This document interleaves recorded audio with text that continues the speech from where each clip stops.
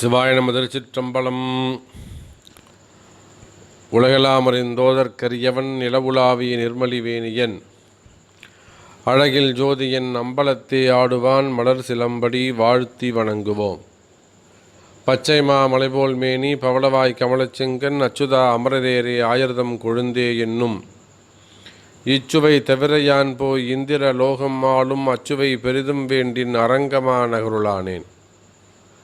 எல்லாமல்ல அம்மையப்பனாக விளங்கக்கூடிய பார்வதி பரமேஸ்வரன் உமா மகேஸ்வருடைய மலரடிகளை பணிந்து நம் தந்தையாகிய சொர்ணாம்பிகை அம்பாசு மீத வீமீஸ்வரமுடையான் மீனாட்சி சுந்தரேஸ்வர பெருமானுடைய பாதார விந்தங்களை சரணடைந்து என்னுடைய குருநாதரை சரணடைந்து இந்த நாயடியின் கனவிலும் நனவிலும் துதித்து வழிபாடு செய்து வரக்கூடிய என்னுடைய உபாசனை தேவதை ஸ்ரீ ஸ்ரீ வாராகி அம்பாளுடைய மலரடிகளையும் பணிந்து சரணாகதி அடைந்து உலகம் முழுவதும் வாழக்கூடிய சர்வம் டிவி யூடியூப் சேனல் நேயர்கள் அனைவருக்கும் உங்கள் தாம்பரம் ஈசனேசன் சுவாமிகளுடைய அநேக நல்லாசிகள், ஆசீர்வாதங்கள், வாழ்த்துக்கள். வாழ்க வளமுடன். அன்பார்ந்த சர்வம் டிவி நேயர்களே, நாம் இப்பொழுது காண இருக்கின்ற தலைப்பு குரு பெயர்ச்சி பரிகாரமும் தோஷமும்.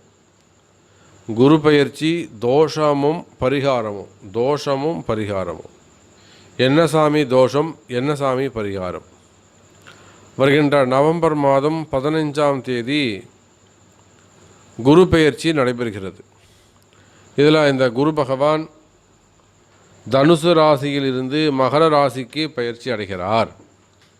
குரு பகவான் தனுசு ராசியிலிருந்து மகர ராசிக்கு பயிற்சி அடைகிறார். இப்போ பொதுவாக ஒவ்வொரு வருஷமும் இந்த குரு பெயர்ச்சி நடைபெறும். ரொம்ப முக்கியமாக இந்த குரு பெயர்ச்சியை எல்லா 12 ராசி அன்பர்களும் ரொம்ப ஆவலோடு எதிர்பார்த்து காத்திருப்பார்கள். காரணம் என்னன்னு கேட்டிங்கனாக்கா, இந்த குரு பெயர்ச்சி தான் ஒவ்வொருத்தருடைய வாழ்விலும் ஒரு சில அல்லது பல மாற்றங்களை தரக்கூடியதாக இருக்கும். இந்த குரு பெயர்ச்சிக்கு அப்புறம் உங்களுக்கு நல்லா இருக்கும் சார், இந்த குரு பெயர்ச்சிக்கு அப்புறம் உங்களுக்கு கல்யாணம் ஆகும், ஒரு கல்யாணம் ஆகலாம் கூட கல்யாணம் ஆகணும், திருமணம் நடைபெற வேண்டும், பொண்ணுக்கு மாப்பிள்ளை பார்க்கலாமா இல்லை மாப்பிள்ளைக்கு பொண்ணு பார்க்கலாமா அப்படின்னு ஆரம்பித்தா கூட முதல் கேள்வி போய் ஐயர்கிட்ட என்ன கேட்பீங்க? குரு பலன் உதிர்த்தான்னு பாருங்கள் சாமி, குரு பலன் இருக்கான்னு பாருங்கள் சாமின்னு. எத்தனை நாள் குரு பலன் இருக்குது? அப்போ அந்த குருவுடைய பலன் இருந்தது அப்படின்னு சொன்னால் தான் அவருக்கு திருமண யோகமே வருது. அப்போ இந்த மாதிரி தான் எந்த விஷயத்தை எடுத்தாலும் அதில் குரு பலன் மிக மிக முக்கியம். குருவுடைய ஆசீர்வாதம் முக்கியம். குரு அப்படிங்கிறவர் வேறு யாரும் கிடையாது. உங்களுக்கு யார் வழிகாட்டுகிறார்களோ, யார் உங்கள் நல்ல செய்தியை சொல்கிறார்களோ, உங்களுக்கு யார் நல்லதை சொல்லி தராங்களோ அவர் தான் குரு. குருங்கிறவர் ஏதோ தனியான ஒரு நபர் கிடையாது. ஒரு சிலருக்கு தந்தையே அப்பாவோ, ஒரு சிலருக்கு குருவாக இருக்கலாம், ஒரு சிலருக்கு அம்மா குருவாக இருக்கலாம், ஒரு சிலருக்கு உண்மையான குரு வாத்தியாராக இருக்கலாம், நண்பர்களாக இருக்கலாம், ஏன் ஒரு சிலருக்கு குரு மனைவியாக கூட இருக்கலாம்.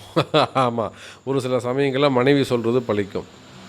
அப்படியா பார்க்கின்ற பொழுது இந்த குரு பெயர்ச்சி ஆகப்பட்டது ரொம்ப முக்கியமானதாக கருதப்படுகிறது. 12 ராசி அன்பர்களுக்கும் மிக மிக முக்கியமானது. பொதுவாக குரு இருக்கும் இடத்தை விட குரு பார்க்கும் இடத்திற்கு பலன் அதிகம் அப்படின்னு நம்முடைய ஜோதிட சாஸ்திரம் சொல்லுது. அது என்ன சாமி, இருக்கும் இடத்தை விட பார்க்கும் இடத்திற்கு பலம் அதிகம் அப்படின்னு சொல்கிறீங்க? அப்போ என்ன அர்த்தம்னா, ஒரு ராசியில் இருக்கிறாருன்னு வச்சுக்கோங்களேன், உங்கள் ஜாதகத்தில் பிறப்பு ஜாதகத்தில் கடகராசின்னு வச்சுக்கோங்களேன். அந்த கடகராசியில் குரு இருக்கிறார் அப்படின்னாக்கா அவங்களுக்கு ஒன்றும் பெருசாக பலன் இருக்காது. ஆனால் மகர ராசிக்கு பலன் இருக்கும். என்னென்னு கேட்டிங்கனாக்கா, கடகத்துலேருந்து 7வது பார்வையாக மகரத்தை பார்ப்பார். அப்போது குரு இருக்கும் இடத்தை விட பார்க்கும் இடத்திற்கு பலன் அதிகம். பொதுவாக குருக்கு 2, 5, 7, 9 5, 7, 9 தான் பார்வை. ஆனால் 2 ஒரு சிலர் பார்வையாக எடுத்துக்கிறாங்க. அது ஒரு கன்ஃபியூஷனாகவே இருக்குது. பட் அது ஒரு ஆர்குமெண்ட்டாகவும் இருக்குது. அப்படி பார்க்கும்போது 5, 7, 9 பார்வை. அப்போது குரு உங்கள் ஜாதகத்தில் ஒரு கொடிய இடங்களில், முக்கியமான இடங்களில் அசுப கிரகங்கள், இப்போ 7ல் ஒரு ராகு இருக்காருன்னு வச்சுக்கோங்களேன், இல்லை சனி ராகு தொடர்பு, இல்லை சனி சுக்கிரன் தொடர்பு அங்கே இருக்குது, இல்லை சூரியன் சுக்கிரன் தொடர்பு இருக்குது. இங்கே 7ஆம் பாவத்தில் அப்படி வச்சுக்கோங்க, கொடுமையான தொடர்பு. அப்போ இல்லை செவ்வாய் ராகு தொடர்பு, சனி செவ்வாய் தொடர்பு, இதெல்லாம் கொடுமையான தொடர்பு. இந்த பாவத்தை கடகத்திலேருந்து 7வது பார்வையாக குரு பார்த்தார்னு சொன்னால் அந்த தோஷம் விலகும். புரியுதுங்களா? அப்போ என்ன அர்த்தம்? எப்பேற்பட்ட கொடுமையான கிரகமாக இருந்தாலும், ஏன்னா குரு மிக மிக மிக மிக ஒளிமயமான கிரகம். சூரியனுக்கு அடுத்தபடியாக மிகுந்த ஒளிரக்கூடிய நல்ல வெளிச்சத்தை தரக்கூடிய கிரகம் எது அப்படின்னு கேட்டிங்கன்னா அதுதான் குரு. அப்போது அன்பர்களே, இந்த குரு எப்பேற்பட்ட கொடிய பாவிகள் ஆனாலும் பாப கிரகங்கள் ஆனாலும் உங்கள் ஜாதக பிரகாரம் அந்த கொடிய கிரகங்களை, பாபர்களை, அசுப கிரகங்களை இந்த குரு பார்த்துட்டார் அப்படின்னு சொன்னால் அந்த தோஷம் விலகும். அந்த தோஷம் உங்களுக்கு விடுபட்டு போகும் அல்லது நன்மை நடக்கும். அதுதான் நீங்கள் இங்கே முக்கியமாக கவனி. அப்போது குருவுடைய பார்வைக்கு அவ்வளோ பவர் இருக்குது, அவ்வளோ சக்தி இருக்குது. அப்போது இந்த நடைபெற இருக்கின்ற 2020 நவம்பர் 15ஆம் தேதி நடைபெற இருக்கின்ற இந்த குரு பெயர்ச்சி அவ்வளவு முக்கியமான பயிற்சியாகும். இதை நீங்கள் மனசில் வச்சுக்கணும். சரிங்க சாமி, இப்போது இந்த 12 ராசி அன்பர்களுக்கும் குரு பெயர்ச்சி எப்படி இருக்கும் அப்படின்னு சொல்லிட்டு ஒவ்வொரு ராசி அன்பர்களுக்கும் தனித்தனியாக ஒவ்வொரு பதிவை நாம் கொடுத்துருக்குறோம். அதை எல்லாருமே கேட்டு பயன்பெற்றிருப்பீர்கள். நிறைய பேர் அதுக்கு சந்தேகமும் கேட்டு தெரிஞ்சுக்கிட்டீங்க. ரொம்ப சந்தோஷம். இப்போது இந்த குரு பெயர்ச்சி சாமி யாரெல்லாம் பரிகாரம் பண்ணணும், யாருக்கெல்லாம் தோஷம், யாருக்கெல்லாம் குற்றமாக இருக்கிறது, யாரெல்லாம் பரிகாரம் பண்ணிக்கணும் சாமி அப்படின்னு கேட்டிங்கன்னா, என்னுடைய கருத்து 12 ராசி அன்பர்களுக்கும் இந்த பரிகாரம் பிராயச்சித்தம் செஞ்சுக்கணும். நல்லவங்களை செஞ்சுக்க வேணாம், கெட்டவங்க மட்டும் செஞ்சுக்கலாம். யார் பாதிப்படைகிறார்களோ பாதிப்பு அடையக்கூடிய கிரகங்கள் மட்டும் செஞ்சுக்கிட்டால் போதுமானது. நன்மை தரக்கூடிய சந்தோஷத்தில் இருக்கக்கூடியவங்க செய்ய வேணாம்னு சொல்கிறது முதல்ல தவறு. ஏன் சாமி நீங்கள் அப்படி சொல்கிறீங்க? எனக்கு குரு நல்லது பண்ணுறார். நான் கன்னி ராசி சாமி, எனக்கு 5ஆம் இடத்துக்கு வரார். அப்போ 5ஆம் இடத்துக்கு வந்தால் நல்லது தானே சாமி, நன்மை தானே செய்வார். அவர் 9வது பார்வையை என்னை பார்ப்பார். சரி, ஓகே. அதே போல் சாமி நான் கடகம் சாமி, எனக்கு 7வது இடத்துக்கு வரார், 7வது பார்வையை என்னை பார்க்குறார். நான் ஏன் சாமி பண்ணிக்கணும்? சரி, ஓகே. அதே போல் நான் ரிஷபம் சாமி, எனக்கு 9வது பார்வையாக குரு வருகிறார். அப்போ என்னை பார்க்குறார் சாமி, நான் ஏன் சாமி பண்ணணும் அப்படின்னு கேட்டால், நீங்களாம் நன்மை செய்யக்கூடியவர்கள், நன்மையை பெறக்கூடிய ராசிகள் தான், நான் இல்லைன்னு சொல்லலை. ஆனால் அன்பர்களே, யாருக்கெல்லாம் நன்னா இருக்கோ, யாருக்கெல்லாம் குருவுடைய பார்வை கிடைக்குதோ, எந்த ராசி அன்பர்களை எல்லாம் குரு காப்பாற்றுறாரோ அவங்கெல்லாம் நன்றி சொல்லுங்கள், தேங்க்ஸ் சொல்லுங்கள். ஏன் கடகராசி அன்பர்கள் கடந்த காலங்களில் என்னெல்லாம் கஷ்டப்பட்டாங்க அப்படிங்கிறது நமக்கு தெரியாதா? என்னெல்லாம் சிரமத்தில் இருந்தாங்கன்றது நமக்கு தெரியாதா? அப்போ அவங்க கடந்த காலங்களில் மறந்துட்டு ஒரு சந்தோஷம் வந்தது அப்படின்னு சொன்னோடனே குருவை நம்ம மறந்துடலாமா? இந்த சந்தோஷத்தை கொடுக்கக்கூடியதே அந்த குரு தானே அந்த 3 ராசி அன்பர்களுக்கும்.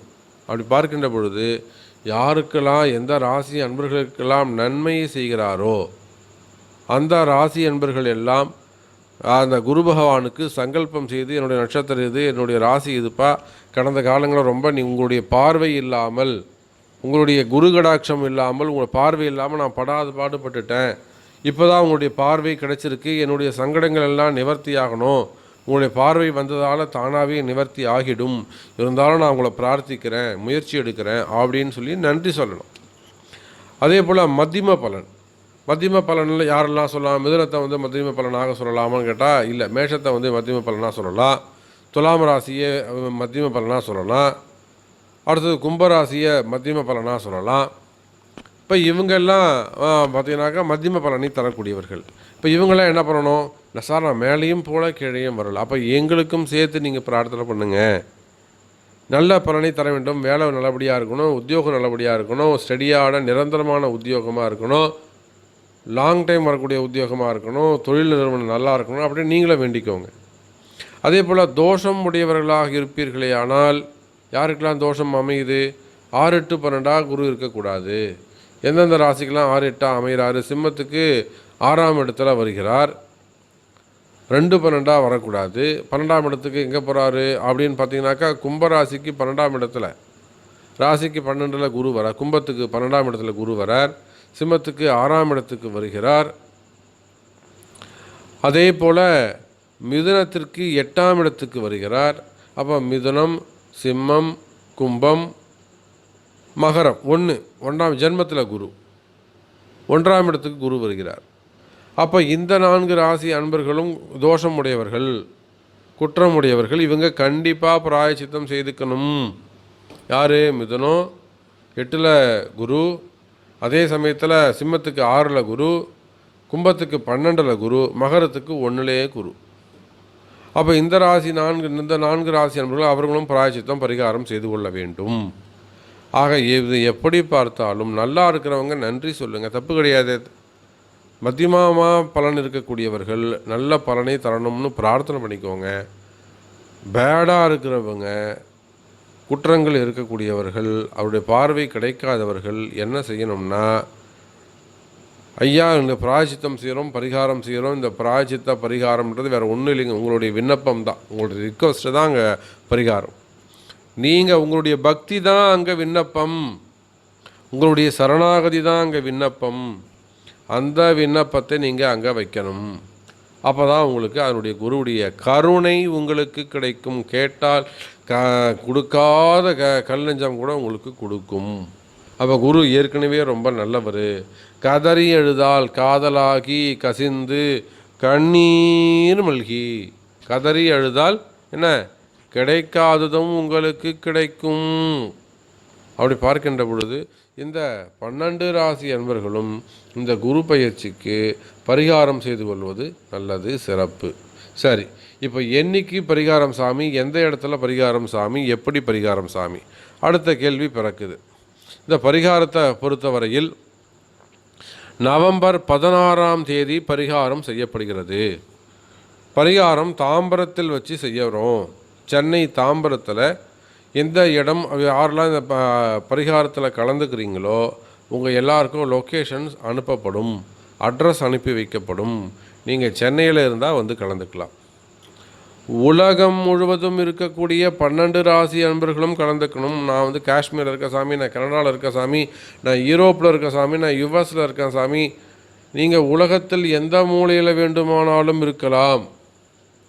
உலகத்தில் நீங்கள் எந்த மூலையில் வேண்டுமானாலும் இருக்கலாம். நான் எப்படி சாமி கலந்துக்குது? நீங்கள் வந்து உங்கள் பணத்தை முடங்குவதுக்கு என்ன கட்டணமோ, நீங்கள் என்ன சங்கல்பத்தில் கலந்துக்க போகிறீங்களா, இல்லை வந்து நான் வந்து மிதுன ராசி சாமி, நான் ஹோமத்திலே கலந்துக்க சாமி, எனக்கு ரொம்ப முக்கிய சாமி. சாமி நான் கடக ராசி சாமி, எனக்கு தொழில் ரொம்ப முக்கியம், நான் ஹோமத்தில் கலந்துக்கிறேன் சாமி. சாமி நான் சிம்ம ராசி சாமி 6ல் இருக்கிறாரு, நான் எப்படி சாமி பண்ணணும்? அப்போது உங்களுக்கு கேள்விகளை, சந்தேகங்களை நீங்கள் கீழே தெரியக்கூடிய அந்த நம்பருக்கு ஃபோன் செய்து உங்கள் சந்தேகங்களை கேட்டு, சங்கல்பத்தில் கலந்துக்க போகிறீங்களா, ஹோமத்தில் கலந்துக்க போகிறீங்களா, ஃபேமிலியோடு கலந்துக்க போகிறீங்களா, இண்டிபெண்ட்டாக கலந்துக்க போகிறீங்களா, எனக்கு மட்டும் பண்ணுங்கள் சாமி, எனக்கு என் பையனுக்கு பண்ணுங்கள் சாமி, என் 4 பேருக்கு சேர்த்து பண்ணுங்கள் சாமி, அப்படி எந்த நிலையில் நீங்கள் பிரார்த்தனை பண்ண போகிறீங்க, சந்தேகங்களை நீங்கள் முதல்ல கேட்டு தெரிஞ்சுக்கோங்க. உலகம் முழுவதும் வாழக்கூடிய 12 ராசி என்பர்களும் இந்த குரு பெயர்ச்சி பரிகார பூஜையில் கலந்து கொள்ளலாம். பூஜை நவம்பர் மாதம் 16ஆம் தேதி மாலை நடைபெறும். இடம் தாம்பரம். லோக்கலாக இருந்தால், வரக்கூடியவர்களாக இருந்தால் உங்களுக்கு லொக்கேஷன் ஷேர் செய்யப்படும். ஓகேவா? இந்த பூஜை தாம்பரம் ஈசனேசன் அப்படிங்கிற ஃபேஸ்புக் ஐடியில் நேரலை செய்யப்படும், லைவு போடப்படும். தாம்பரம் ஈசனேசன் ஃபேஸ்புக் லைவில் ஏற்கனவே எப்படி ராகுகேது பயிற்சி பண்ணமோ அதே போல் இந்த குரு பயிற்சியும் லைவு கொடுக்கப்படும். அதே போல் நம்முடைய சர்வம் டிவி சார்பாக நேரலை செய்யப்படும். நம்முடைய சர்வம் டிவி யூடியூப் சேனல் மூலியமாக உங்களுக்கு நேரலை செய்யப்படும். அதையும் நான் வந்து இந்த இடத்துல உங்களுக்கு சொல்லிக்கிறேன்.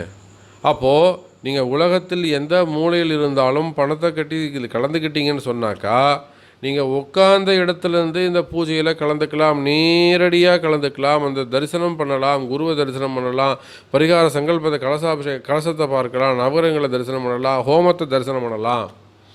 நேரடியாக நீங்கள் கலந்து கொள்ள முடியும். இதையும் வந்து நீங்கள் புரிந்து கொள்ள வேண்டும். ஆகவே யாரெல்லாம் இந்த பிராயச்சித்த பரிகார ஹோமத்தை கலந்துக்கணும்னு ஆசைப்பட்றீங்களோ அவங்களாம் அங்கே கீழே தெரியக்கூடிய அந்த நம்பருக்கு ஃபோன் செய்து உங்களுக்கான பெயரை பதிவு செய்து கொள்ளுமாறு கேட்டுக்கொள்கிறோம். யாரெல்லாம் செய்யணும் அப்படின்னாக்கா, அந்த திருமண தடை உள்ளவர்கள், ஆரம்பத்தில் சொன்னது போல் குரு பலன் வந்துருத்தா சாமின்னு முதல்ல அதை தான் கேட்பாங்க. ஸோ அந்த திருமண பாக்கியம், திருமண தடை நீங்குவதற்கு, மறுமணம் செய்யக்கூடியவர்கள், டைவர்ஸ் ஆகிடுத்து ஏற்கனவே, அதனால் நான் வந்து 2வது கல்யாணம் பண்ணுறோம், அதுக்கு எனக்கு குரு பலன் இருக்கா, அந்த மாதிரி 2வது திருமணத்துக்காக காத்திருக்கக்கூடியவர்கள், வயோதிக திருமணம் 40 வயசுக்கு மேலே, 35 வயசுக்கு மேலே, அதே போல் குழந்தை பாக்கியம் ரொம்ப ரொம்ப முக்கியமானது இந்த குழந்தை பாக்கியம். ஏன்னா குரு இருந்தால் தான், கருணை இருந்தால் தான் குழந்தை பிறக்கும். அதே போல் கணவன் மனைவி ஒற்றுமை பிரச்சனையாக இருக்கிறது, குடும்ப பிரச்சனை, கடன், இந்த மாதிரி 7 விதமான காரகத்துவங்கள் அது ரொம்ப முக்கியமானது. இந்த மாதிரி பிரச்சனைகளும் கலந்துக்கலாம். சரிங்க சாமி, கலந்துக்கிறோம், எங்களுக்கு என்ன சாமி பிரசாதம் கொடுப்பீங்க அப்படின்னு கேட்டாக்கா, முதல்ல ஒரு கோல்டு காயின்னா அதை டிப் பண்ணது, ஓகேவா? அந்த அஷ்டலக்ஷ்மி படம் போட்டு ஒரு பக்கம் அஷ்டலக்ஷ்மின்னு ஒரு பக்கம் லக்ஷ்மி குபேரோட படம் போட்டு அதை பித்தளை காயின் மாதிரி அப்படி வச்சுக்கோங்களேன். பார்க்குறதுக்கு கோல்டு காயின் மாதிரி இருக்கும். ஜஸ்ட் அது டிப் பண்ணது, கவரிங் காயினே வச்சுக்கோங்க. கவரிங் காயினும் ப்ளஸ் வந்து கவரிங் காயின் ஒன்று, ப்ளஸ் வந்து ஹோம ரக்ஷைன்னா அந்த கருப்பு மை, ப்ளஸ் கையில் கட்டுறதுக்கு கயிறு. அதாவது ஒரு கவரிங் காயின், ஒரு ஹோம ரக்ஷை, ப்ளஸ் கையில் கட்டிக்கிற கயிறு, விபூதி குங்குமம், மங்கள அக்ஷதைனா மஞ்சரிசிங்க. இது எல்லாம் வந்து நீங்கள் எந்த இடத்துல இருந்தாலும் உங்களுக்கு அட்ரஸ் கொடுத்தீங்கன்னா அந்த அட்ரஸுக்கு கொரியர் வந்து சேர்ந்துடும். ஏற்கனவே நம்மளோட பழகினவங்களுக்கு இது புரிஞ்சிருக்கும். புதுசாக வரவங்களுக்கு நீங்கள் பயப்பட வேண்டிய அவசியம் இல்லை. பிரசாதம் உங்கள் வீடு தேடி வந்துடும். இது எல்லாத்தையும் வந்து கொரியர் வந்ததுக்கப்புறம் ஒரு நாள் வாங்கி வச்சு சாமி படத்துக்கிட்ட வச்சு ஒரு நாள் பூஜையை செய்துட்டு, அதன் பிறகு நீங்கள் என்ன பண்ணணும், அந்த மங்கள அக்ஷதை அது மாதிரி எடுத்து உங்களுக்கு வீட்டில் பெரியவங்க இருந்தால் அவங்க கையில் கொடுத்து நீங்கள் நமஸ்காரம் பண்ணிக்கலாம். இல்லை நீங்கள் தான் பேரண்ட்டு பெரியவங்களாக இருந்தாக்கா நீங்களே உங்கள் தள்ள 2 அக்ஷதையை போட்டு என்ன நினச்சிக்கணும். அப்போது என்ன நினச்சிங்கனாக்கா, குருவாக இருந்தால் நான் உங்களுக்கு ஆசீர்வாதம் பண்ணுவேன். ஸோ என்னுடைய ஆசீர்வாதமும் சேர்த்து உங்களுக்கு கிடைக்கும். அதுக்கப்புறம் பசங்களை உங்களுக்கு நமஸ்காரம் பண்ண சொல்லிவிட்டு நீங்கள் பசங்களுக்கு ஆசீர்வாதம் பண்ணலாம். அந்த மங்களாட்சதைக்கு 6 மாதம் பவர் உண்டு. அப்போ பசங்க ஏதாவது கணவனோ பசங்களோ வெளியூர் போயிருக்காங்க, வெளிநாடு போயிருக்காங்க, வருவாங்கன்னா 6 மாதத்துக்கு அதுக்கு பவர் உண்டு. அது வரலாம். அந்த இதுக்கு வந்து நீங்கள் அக்ஷதை ஆசீர்வாதங்களை செஞ்சுக்கலாம். இப்போது இந்தியாவுக்குள்ளே இருந்துடுத்து அப்படின்னு சொன்னாக்கா கொரியர் சார்ஜு ஒன்றும், ஏதாவது தமிழ்நாடு அப்படி இருந்ததுன்னா கொரியர் சார்ஜ் ஒன்றும் கேட்க மாட்டோம். ஒரு வேளை இன்டர்நேஷ்னல் அப்படி இருந்ததுனாக்கா அதுக்கு கொரியர் சார்ஜ் எக்ஸ்ட்ரா உண்டு. அது நீங்கள் என்ன உண்டோ உங்களுக்கு தெரியும், இவ்வளோ ஆகுன்றது உங்களுக்கு தெரியும். அதை வந்து நீங்கள் செய்யும்படியாக இருக்கும் என்பதையும் இதில் தெரிவிச்சுக்கிறோம். ஆகையினால் அன்பார்ந்த 12 சர்வம் டிவி நேயர்களே, இந்த 12 ராசி என்பர்களும் இந்த பிராயச்சித்த பரிகார ஹோமத்தில் கலந்து கொண்டு எல்லாம் வல்ல குரு பகவானுடைய குருவுடைய பார்வைக்கு பாத்திரமாகும்படி அன்போடு கேட்டுக்கொள்கிறேன். இந்த பரிகாரத்தில் கலந்து கொண்டு எல்லா விதமான தடைகளும் விலகி வாழ்க்கையிலே முன்னேற வேண்டும் என்று வாழ்த்துகிறேன். திருச்சிற்றம்பலம். நன்றி. வாழ்க வளமுடன்.